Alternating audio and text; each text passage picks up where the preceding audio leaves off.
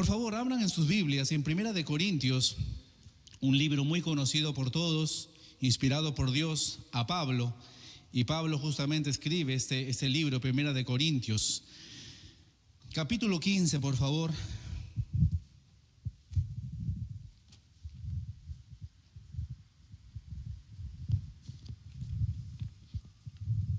Yo le animo que luego de todo esto, usted en casa o quizá más tarde, no lo sé, usted pueda meditar en todo el capítulo 15, pero nos vamos a centrar solamente en esta mañana en un versículo que lo vamos a ir desglosando poco a poco, un solo versículo. Ahí están los hermanos Ujier y las hermanas. Si alguien necesita una Biblia, por favor, levante su mano, hay Biblias para poder prestarle. Ellos le van a entregar con la Biblia abierta en el pasaje exacto. Primera de Corintios, capítulo 15, por favor. ¿Sí? Muy bien.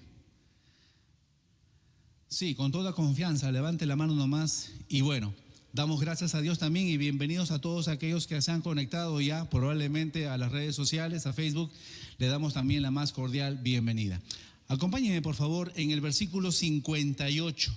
Tiene 58 versículos este capítulo de Primera de Corintios. Acompáñenme al versículo por favor. Dice así.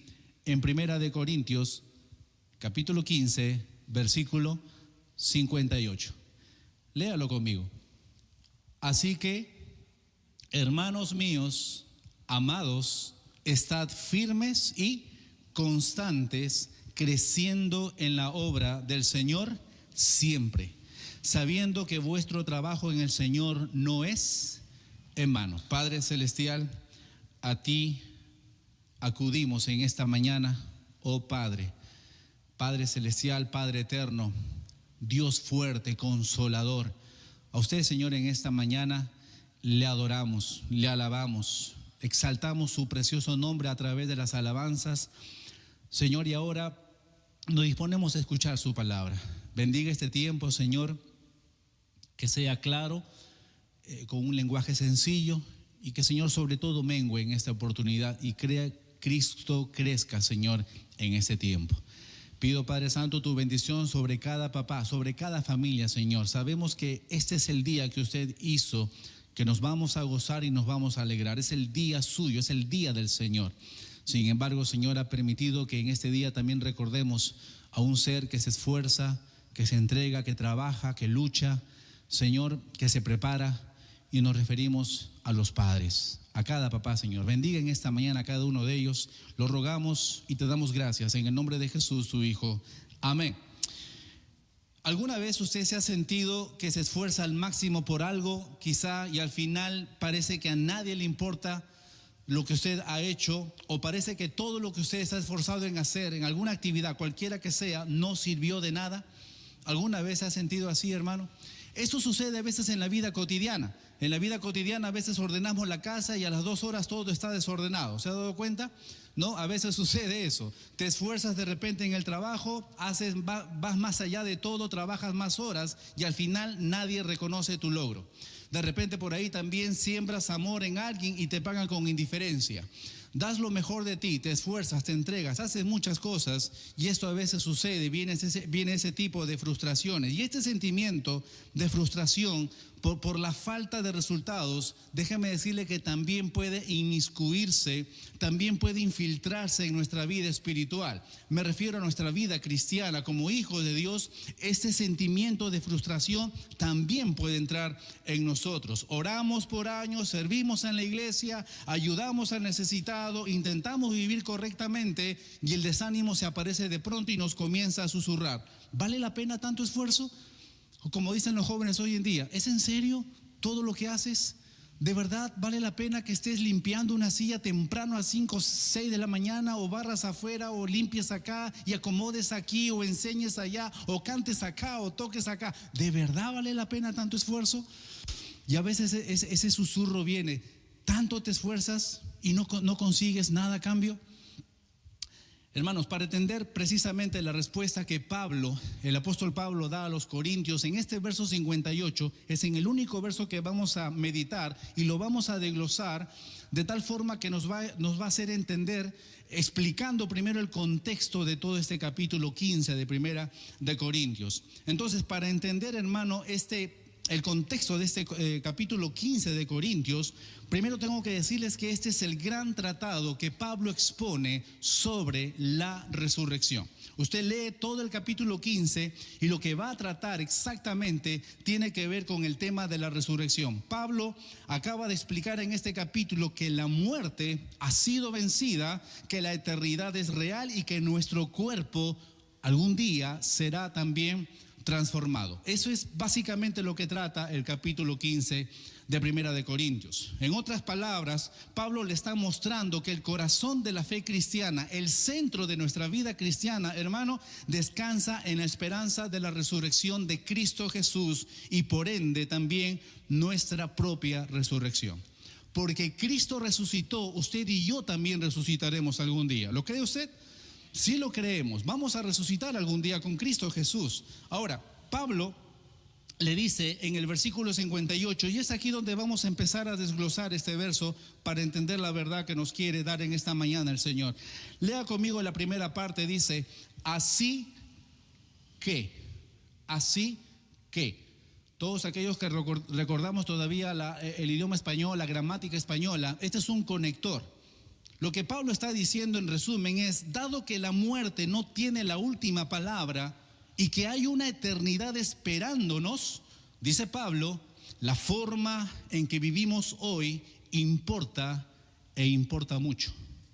Todo lo que hagamos tiene un valor eterno debido a la resurrección de Cristo Jesús. Y es aquí donde usted y yo debemos cambiar nuestra vida, nuestro modo de vivir, hermano, empezando desde hoy. Es lo que Pablo nos quiere decir en esta mañana, Dios a través de Pablo. Entonces, lo primero que quiero ver en esta mañana, en la primera parte de este versículo, es en cuanto a nuestra postura, nuestra posición.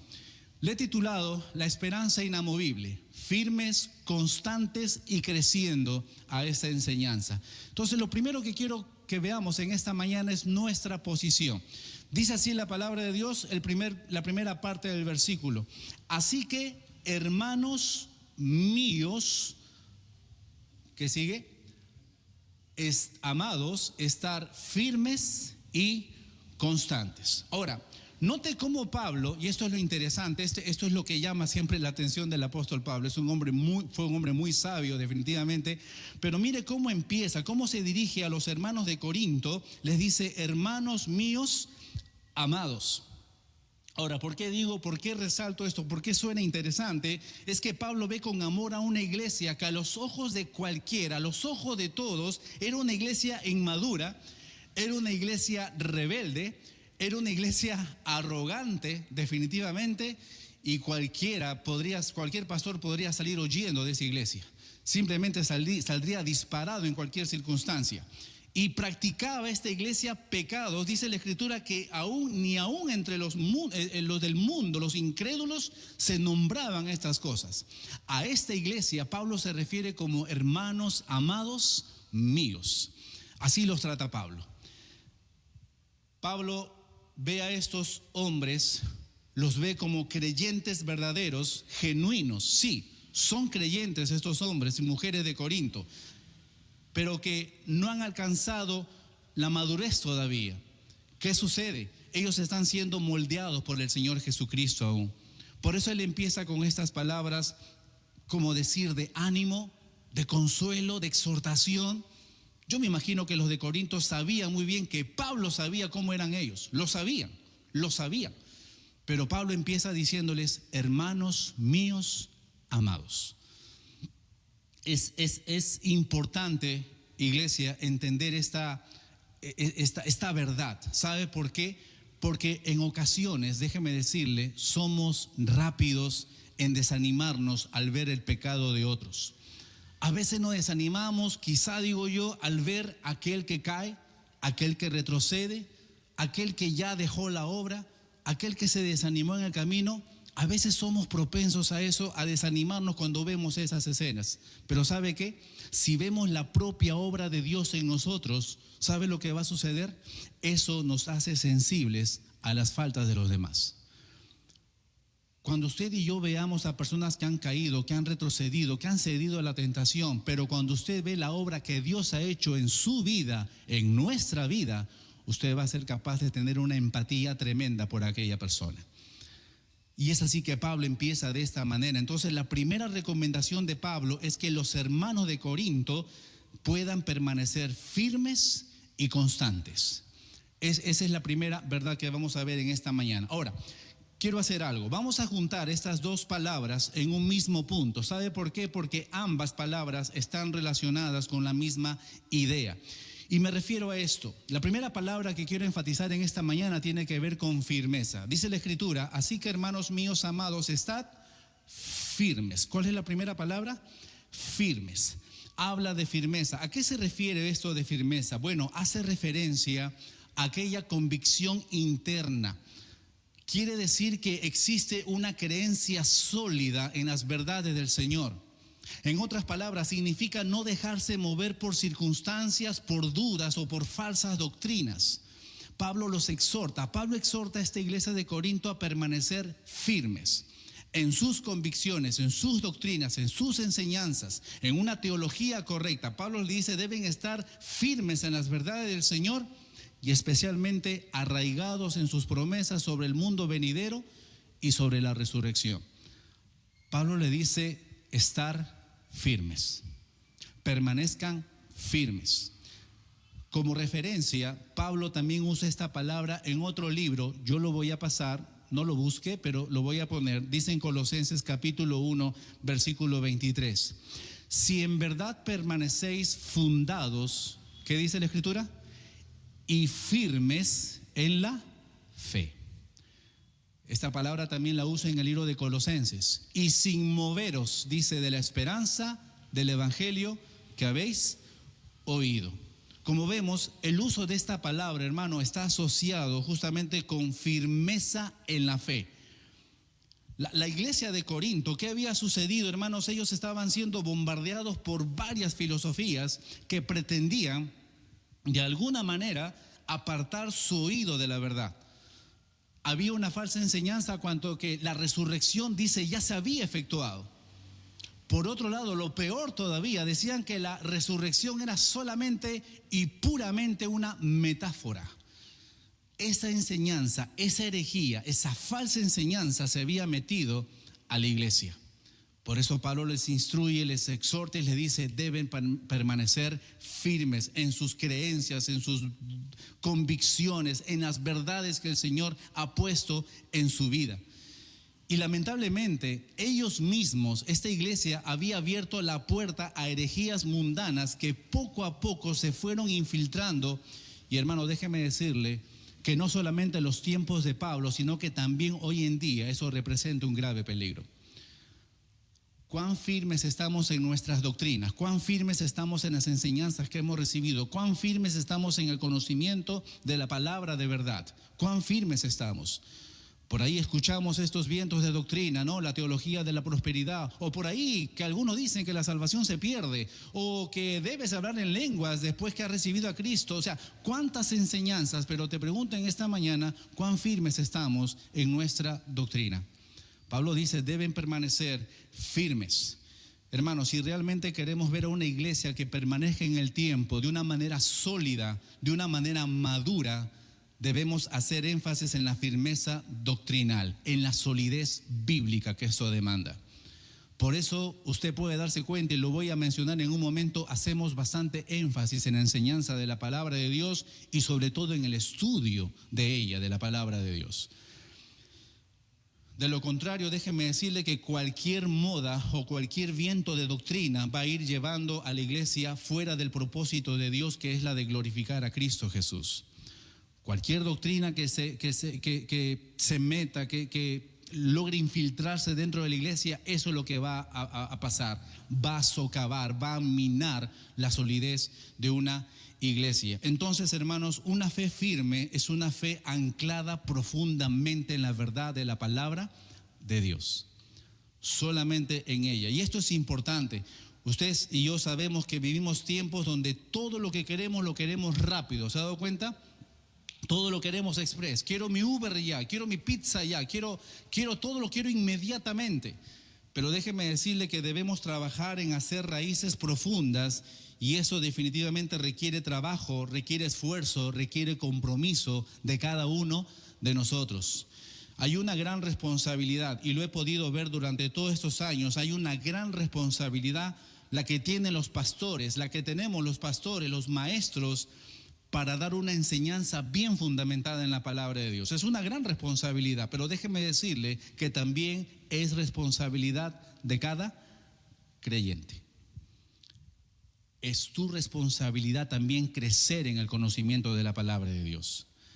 Demos gracias a Dios por esos regalos que Dios nos ha dado, por maestros, líderes que nos instruyen, nos enseñan, nos exhortan, nos guían con la palabra de Dios. Pero déjeme decirle que también es tu y mi responsabilidad de estar firmes en las enseñanzas de la palabra de Dios. Por ello yo le animo, hermano, le animo desde acá. Involúcrese en aprender, en conocer a Dios, conocer las doctrinas esenciales. Yo le doy gracias a Dios, yo creo que usted estará de acuerdo conmigo. Gracias a Dios que existe escuela de siervos, amén. Nadie está de acuerdo, amén. Existe escuela de siervos, amén. Muy bien. Fase 1, hace pocas semanas se ha iniciado, hay varios maestros. Hermano, le animo, instrúyase, crezca en el conocimiento. De esa manera podemos estar firmes, aferrados a la verdad. Busque crear bases sólidas. ¿Sabe por qué? Porque déjame decirle algo. Las emociones y los hombres pasamos. Y pregunto, ¿qué es lo que nos va a ayudar a permanecer firmes cuando los vientos de falsa doctrina comiencen a golpear la iglesia? ¿Qué es lo que nos va a ayudar a permanecer firmes? Solamente, hermanos, el estar aferrados a la verdad de la palabra de Dios. Algunas personas ponen su confianza en los hombres y lamentablemente no desarrollan una fe sólida. Y cuando este hombre falla, quizá, o de repente lo peor de todo ya no está, entonces todo lo construido se comienza a desmoronar. ¿Por qué? Porque no era una fe firme. No era una fe anclada en la verdad de la palabra de Dios. Pablo, si recordamos un poco este libro de Primera de Corintios, Pablo en su momento les dice a los de Corinto que ellos no debían poner su fe o su confianza en sus líderes, sino ¿en qué? En el evangelio de Cristo. Hay unos que dicen: yo soy de Pablo, yo de Apolos, yo de Pedro, y los más espirituales decían: ellos somos de Cristo. Y Pablo llega a preguntar más adelante y dice: ¿qué es Pablo? ¿Qué es Apolos? ¿Alguien recuerda qué es lo que responde el mismo Pablo? Solamente son servidores.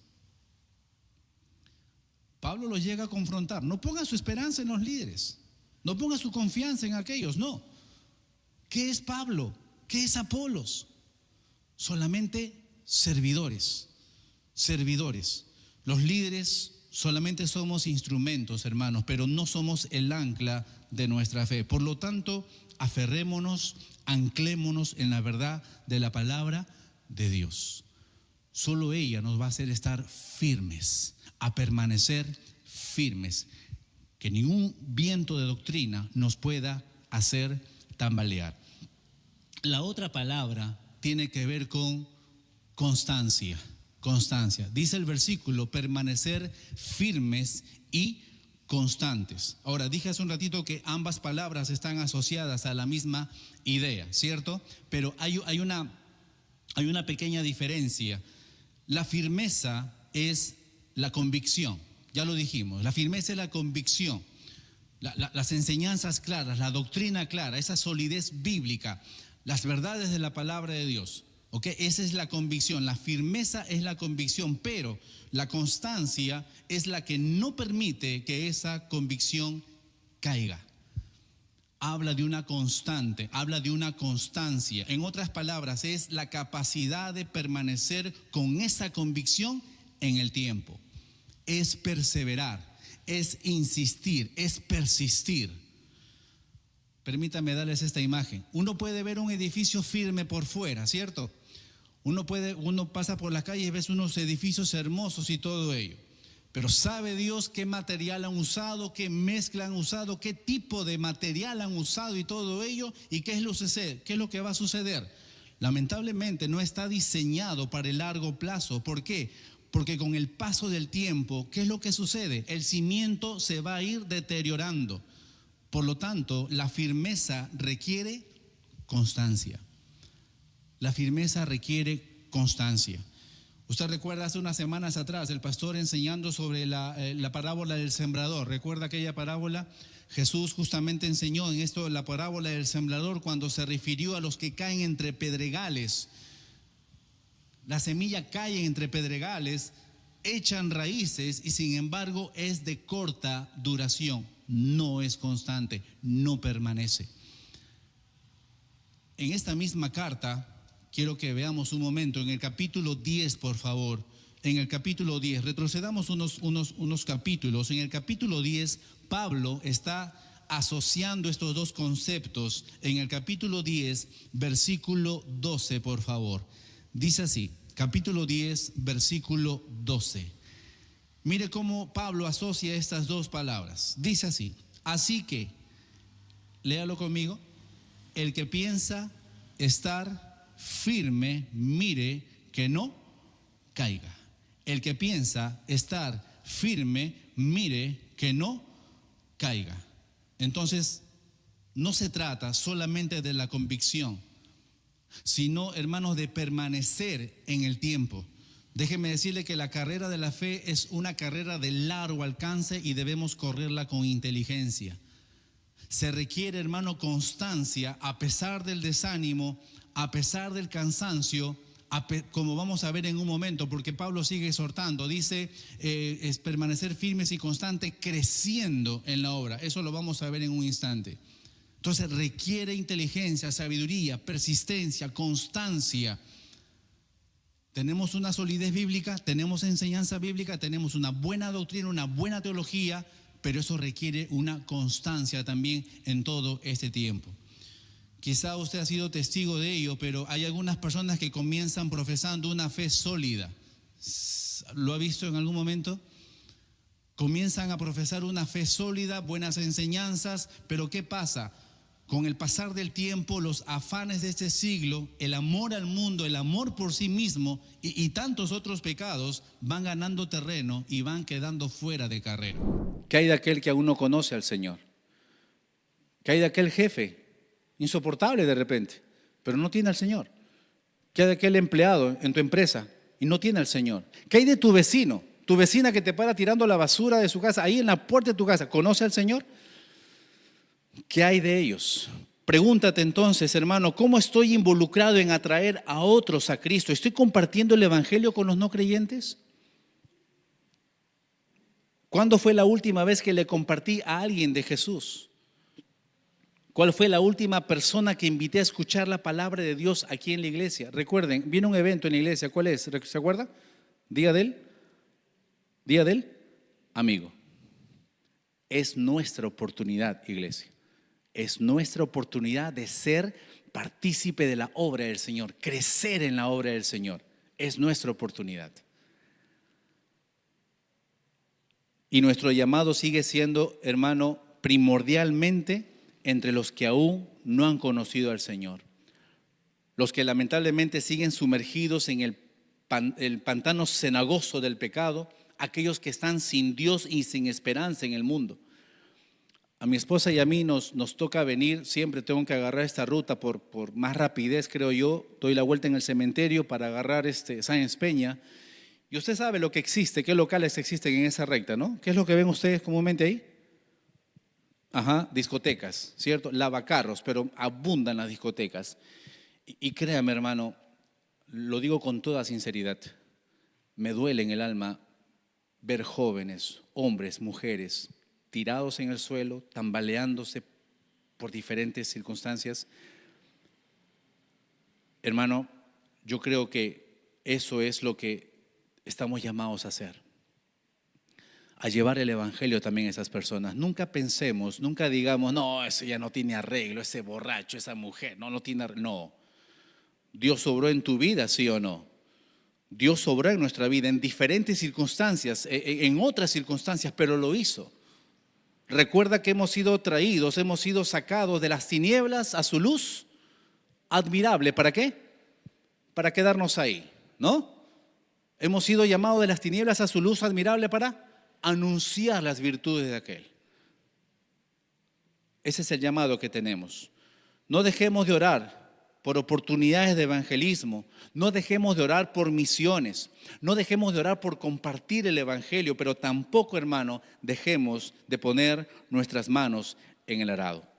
Crecer en la obra involucra entonces compromiso con los de afuera, con aquellos que no conocen al Señor, pero también con los de adentro, con la iglesia local.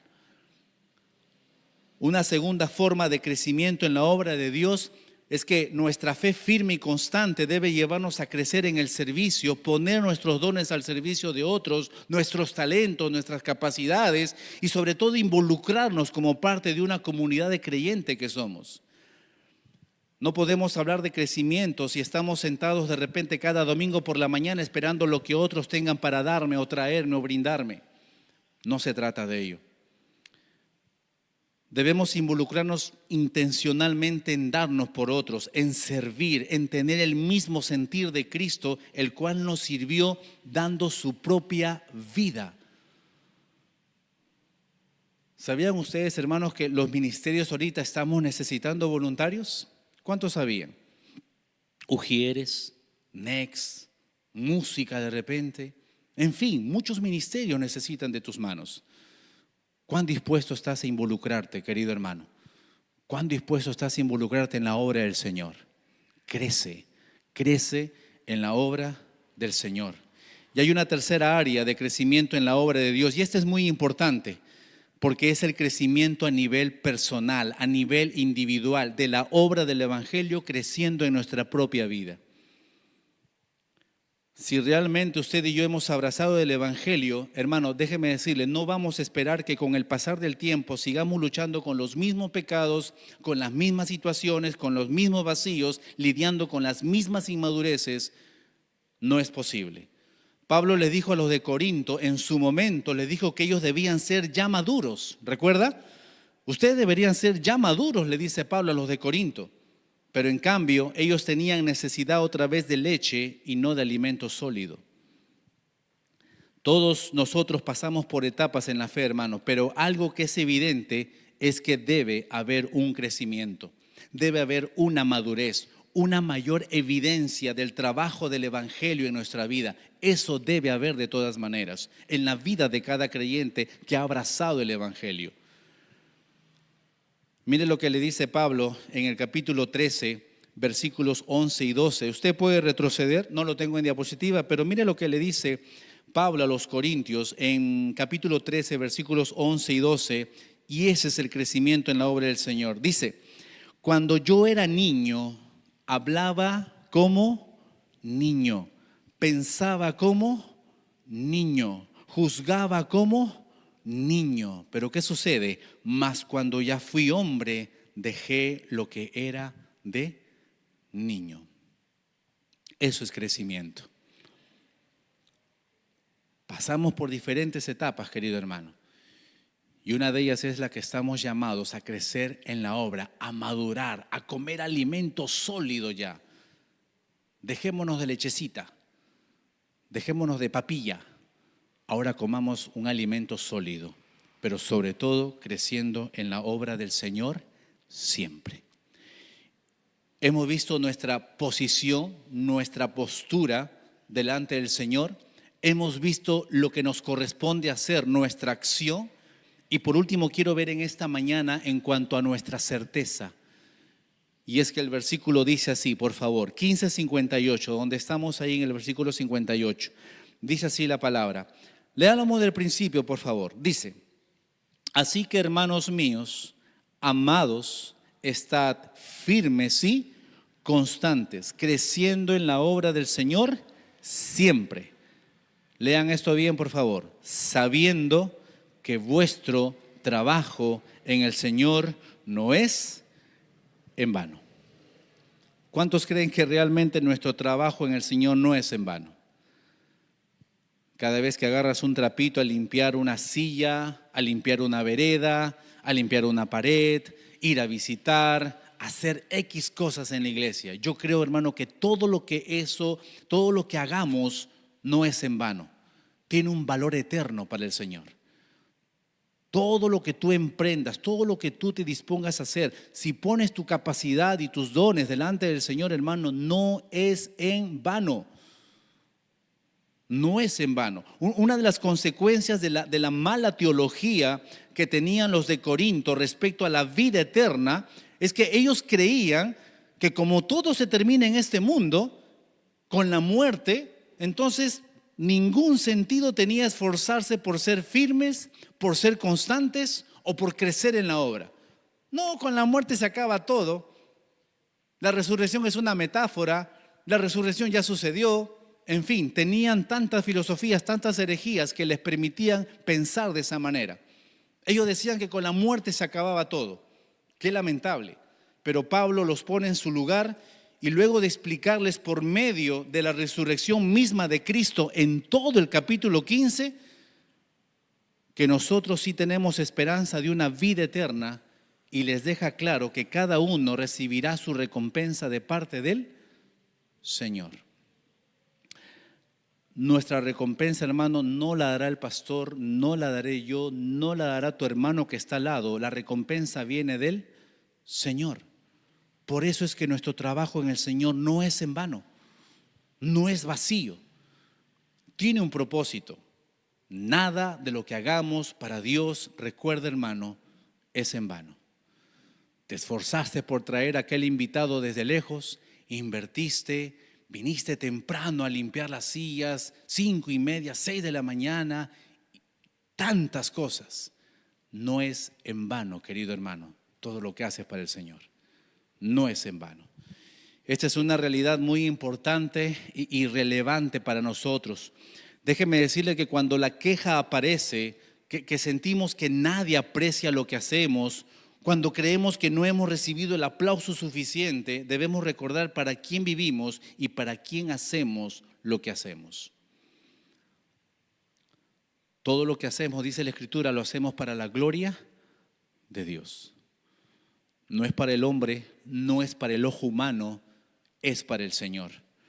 No tener una comprensión clara, hermano, de la eternidad nos conduce a un fatalismo lamentablemente sin sentido.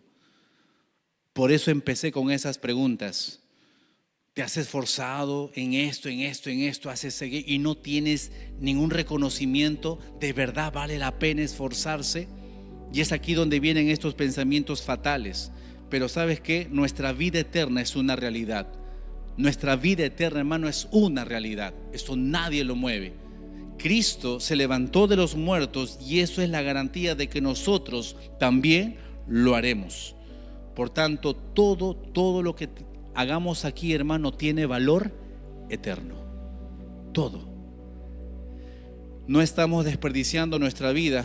Y le hablo a quienes han sido de repente atacados por la duda, por la incredulidad, por el desánimo, a quienes de repente han perdido ese ánimo, a quienes han pensado muchas veces que no hay sentido en vivir para Dios y ver dolor y ver sufrimiento en este mundo.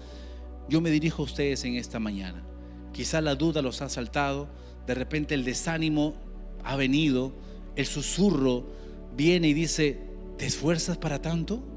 ¿De verdad es tanto lo que das? Mi hermano, a usted le hablo. Tu trabajo, tu servicio, tu amor, tu crecimiento, tu sufrimiento, tu dolor, todo lo que el Señor te permite experimentar en este mundo, nada es en vano. Tendrá una recompensa celestial. Yo lo creo.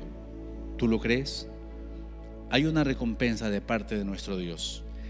Yo creo que esa es la mentalidad que debe gobernar, hermano, nuestro andar diario. No vivimos para nosotros mismos, sino para aquel que después de levantarse de los muertos es capaz de darnos vida y vida en abundancia. Solo en Él.